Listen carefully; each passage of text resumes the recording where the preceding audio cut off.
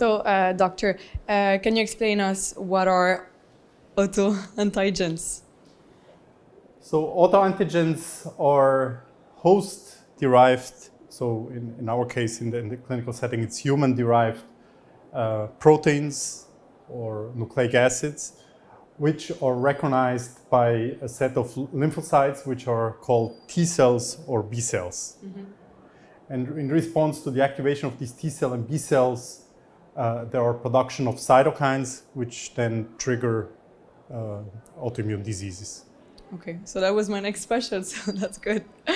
And so then I can ask you directly, why do you use psoriasis as a role model for your research?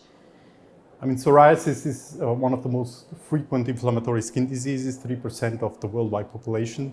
So it is really an unmet need to understand well the pathogenesis of this disease.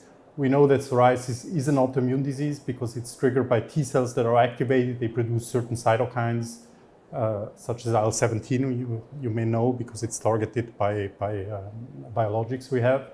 However, what we don't know is what are the autoantigens that trigger the disease. Mm-hmm. So there's still a lot of research to be done in this sense, and that's the focus of my research and my presentation. Okay, so there's no news about your research in dermatology now yet?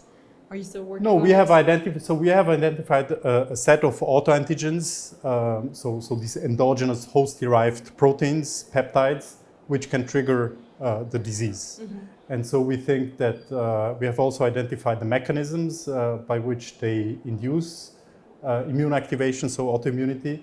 And so the next step will be to target those for the treatment of our patients.